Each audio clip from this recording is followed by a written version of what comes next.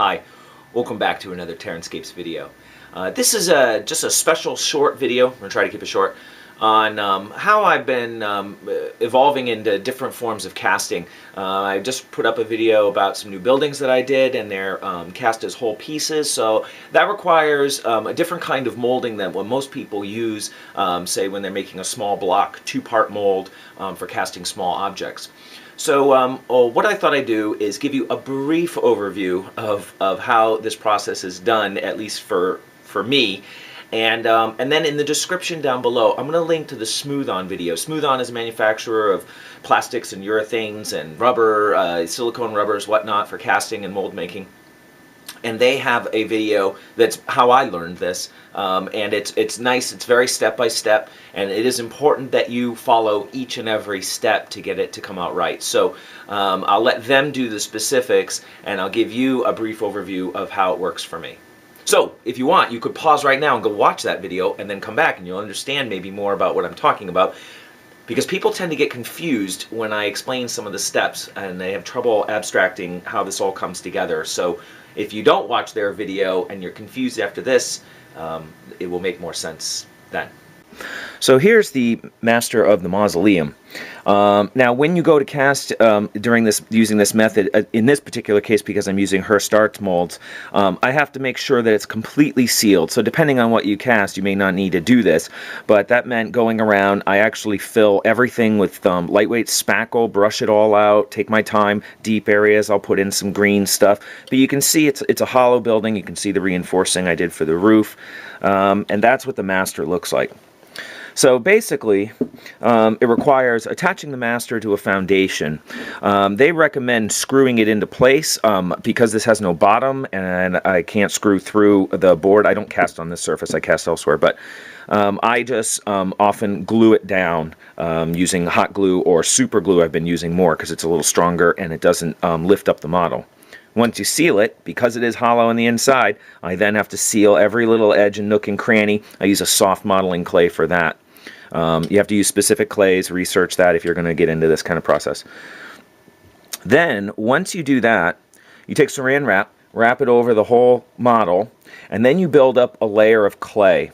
I'm using Plasticon. It's a modeling clay from, I can't remember what modeling company, but if you Google Plasticon modeling clay, sculpting clay, you'll find it. It's a very soft-bodied clay.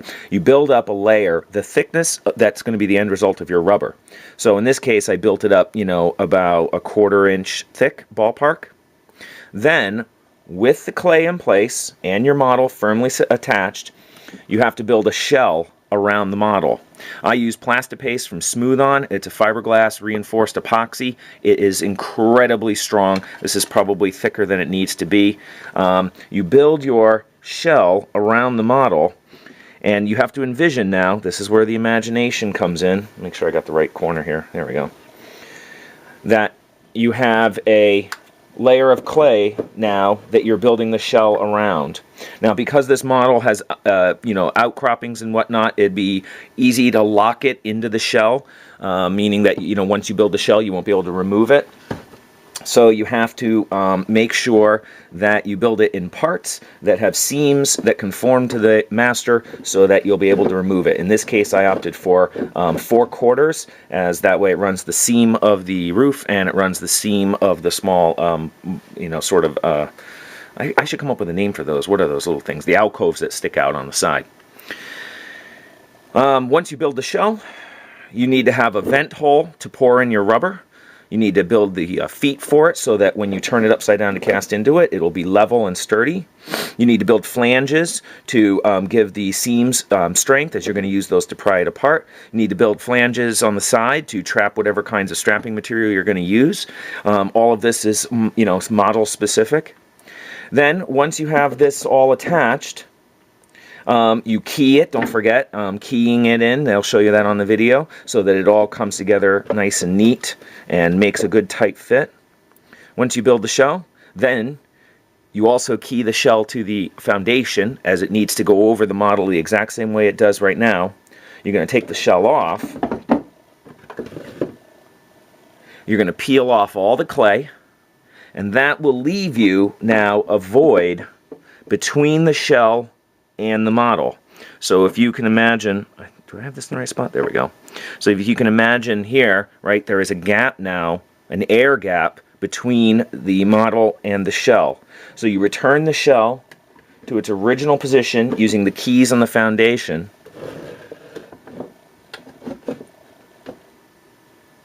Seal it. You have to seal the entire thing with, I use hot glue. It works really well. It's easy to remove. Screw it into the table. This is important. I forgot to do this the very first time I tried this, and I had rubber bubbling out from underneath because the rubber is so dense, the shell actually floated off even on the hot glue. It broke all the hot glue seams. I had $40 of rubber racing away from me. That was a problem. You may need to drill air holes to vent this. That's model specific as well. I figured because the peak is the highest point, I didn't need to put a vent hole in it, and I got lucky, and I'll show you why.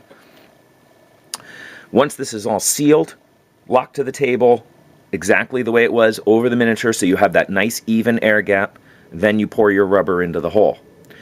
The rubber you choose, of course, is up to you. I happen to be using right now, this is Mold Max 15. It's a platinum silicone rubber. It's relatively inexpensive for platinum silicones. It's a 1-to-1 mix ratio, and it has been holding up to resin casting awesome. I've been super impressed with this rubber. I tried Mold Max 30, and it sucks. Mold Max 15. In any case, then, once the rubber has cured entirely, depending on the rubber you use, depending on the time, depending on the temperature, blah, blah, blah. Then you remove your shell, you peel off all your sealings, you break this shell gently apart using a, so I use screwdrivers and putty knives and, lever it all apart. There's a whole bunch of steps about sealing the models, sealing this I've not talked about. You have to investigate that. They'll mention some of that in the video if you want to get further into it. And then basically what you end up with is something that looks like this, where you have the rubber now, and then you can demold the rubber from your master. Now you set your master aside. Now you reassemble your shell. Alright, hold on here. If this takes me a while, I'll time-lapse it. Stay. I'm using straps, like utility straps, to lock these models together, these shells. They're pretty quick and easy to use. Sometimes, depending on the size of your mold, you might be able to use electrical tape. There's a whole variety of ways to do any of these steps, different kinds of materials for shells. There's plenty of customization. But you'll notice here how the strap goes underneath here. Because the Plastipaste is relatively smooth, without having these catches to catch on the lip, it tends to slide up because of the shape of the structure. So once you get it in place, oh, wait a minute, I'm doing it the wrong direction here. It's not often I do this on camera, like never.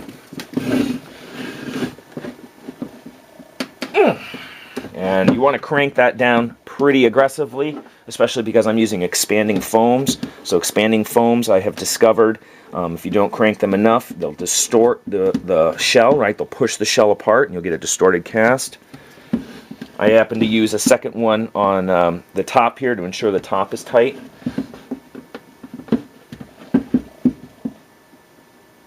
One of the things I like about the Plastipaste is this is incredibly strong, so I can crank on this about as much as I want, and I'll break the wood before I break the Plastipaste. Then, now you have your empty shell. Alright. And now, see if that's still on frame, it is.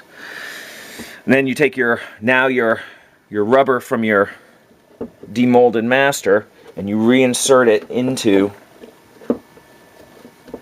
your mother mold, your mother shell. This has to be keyed as well to make sure it fits in properly. You have to have a certain flange around it, again, a little investigation required there. And then, I often double check to make sure it's seated at the roof, as this is a particularly likely area for it to buckle, and then I'll have a distorted roof line. So I press it all in, make sure it's good to go. And then for a building like this, to cast into it,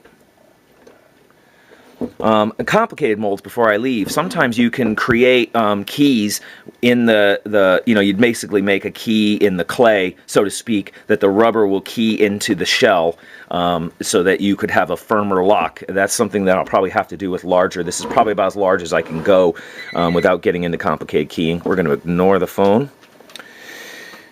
So then what I do is then I use a release agent, I spray it out, I add talcum powder to it, I dust all of that out to give it a little more capillary action to grip into the small detail. This is typical of the way Bruce Hurst does his plastic casting. That's where I got the talcum powder trick. Jesus Christ. It's a lot to go over. So I talcum powder the inside after spraying it with a release agent. Then I mix up my plastic for the shell. Now, if this was round, in my other buildings, if you notice, there are towers, they're columns, then what I'm doing is I'm hand rotocasting it. So I'm pouring it in, and then I turn the model until the resin sets up. And the rate that takes is up to the type of resin that you use. What I'm using sets in about 20 minutes, so I'm actually spinning it for a little while. It's heat activated as well, so depending on the temperature, all those things affect it.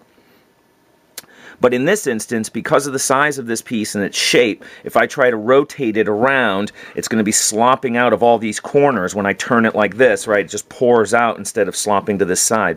So what I do is I do a lot of rotation as much as I can without spilling it to help get the thin plastic into some of the tiny details that are hidden, especially in the undercuts. I want to get them coated really well.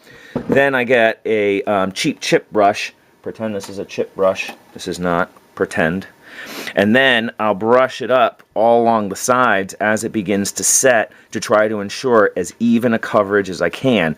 It's a very tricky process with this kind of a model because it has so many nooks and crannies and undercuts. But for the most part, if you get at least a thin layer of plastic, you'll capture the detail, and then the foam will back that up. So I don't worry about it too much, but I do try the entire time it's setting until it starts to get to a taffy stage, in which case then I'm going to mess it up more than help by curing plastic away from the sides, which you don't want to do. Once the plastic is set up, then it's going to look just like this, but it's going to look white on the inside. It's still going to be this giant void. To give it strength, I then pour in an expanding foam, which is kind of like the gap filling foam that you use in, for gap cracking. Gap cracking. Don't laugh at that. They use to fill cracks or gaps in your walls of your house, right? It's like that, except I use a two-part urethane foam so I can control its mixing, and I don't have aerosol cans are expensive. It's a little bit cheaper that way. And I can control the volume ratios and the density of the foam by using different kinds of foams. You pour that in. One second. I'm back. You pour that in, and then you need a backing board for expanding foams. Now, the video, you will not see this because this is not what they're casting into it. They solid cast it in plastic. Crazy expensive, but that's what they do in the video. So if you want to use expanding foams, the foam is going to expand. It's going to rise like a bubble, and you don't want a bubble in the center and all these empty gaps around the edges. So what you do is you use a smooth board. This is hardboard. It's my modeler's friend. This is what I always recommend people to base their terrain on. Drill some holes to release pressure and to release excess material. Pour your foam in there. I actually, for this model, I then do a lot of rocking and controlling of the expansion of the foam because it's such an odd shape. That's not always needed. This is a little tricky. Then release agents. Place it on top. Hold it down with your hands. Hold it down with weights. And then as the foam rises, some will escape from these vents, but the rest of it will be pushed to the sides, and you'll get a good fill, and you can increase the density slightly by applying more pressure. But if you overfill it, there's no way you can hold it down. I've had 40 or 50 pounds of weight on top of some of these trying to keep the foam from going crazy, and it just pushes it up like it's nothing. Chemistry at work, you know. So you do need to have the right number of vents, not overfill it, have a good amount of weight on it, have a shell that's strong enough to hold the weight and the pressure straps that'll keep it from expanding and pushing apart the mold. Once that's all cured, shave off the excess, break off the bottom board, and you'll have your filled building. And you'll end up with a building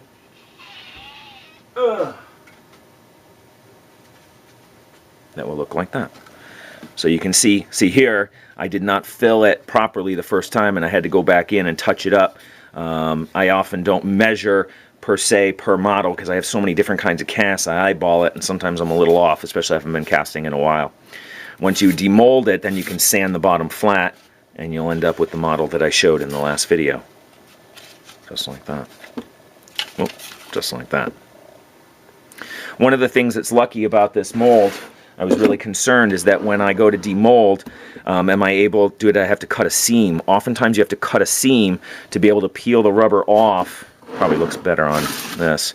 You know, so I might cut a seam traditionally up the back, and then you can zipper open the rubber to remove it. I'm able to get the rubber off of this model as a single piece. We call it a glove mold when it's like that.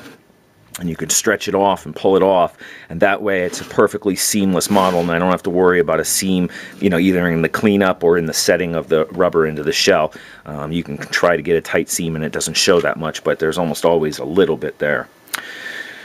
So, just as a, you know, it's never entirely perfect, and I do end up, this is these little spots right here on the underside of these little brackets are the trickiest spots to fill. This is one of the trickiest pieces to fill with plaster as well, for the same reason. They're so small, it's very hard to get them to completely fill, but otherwise the entire model has cast with excellent reproduction every time almost, and errors have been my fault, not the process. So that's an overview of how this building gets cast. So that's a rapid-fire overview of how to do this kind of a mold, which is actually called a cavity fill mold, and it, you know, name derived from the fact that you're creating an empty cavity inside around the master that you then fill with the rubber. There's a lot of steps to the setup. It takes you know, quite a few hours to put the mold together, and there's plenty of steps that require real careful attention to detail, making sure everything is sealed, the master sealed to the table, everything is keyed, make sure that you have release agents on all the spots, and so I would not recommend this for the inexperienced caster. You're much better starting off with a simple block mold, two-part, and then building from there once you get a handle of the general basics of casting. But I do know that there are a few people who watch my channel who have been doing some casting, and I've seen some interesting structures, and you know, I always feel like the market is big enough to support everybody knowing as much as they can. So hopefully you find this a little helpful and may steer you in some other directions. And this is not, of course, the only way to cast this kind of a building. It's just a method that I find is fairly helpful. It's relatively straightforward to set up, and has one nice bonus that's not often mentioned. But because the shell is permanent, once the rubber deteriorates, assuming I can line everything up right, and I have done it before, so it can be done, you can then recenter the shell over the original master and re-pour another mold without having to go through quite a bit of the setup. So it should make reproducing the mold much faster down the road once it deteriorates, as all rubbers break down in the, you know, when you're casting resins into them. While this has had, I've gotten probably 50 casts maybe out of some of these, looking great. The rubber's still in great shape, using plastic, so I may never need to do this one again. But should I need to down the road, it would be about a fifth of the time to set up that mold again, and a lot cheaper as well, as I'll have all the materials from the shell to reuse. So it's got some advantages over some other techniques. Hopefully you found it useful. I should be back pretty soon with an update on the Imperial sector, so keep your eyes peeled for that, and thank you once again for joining me.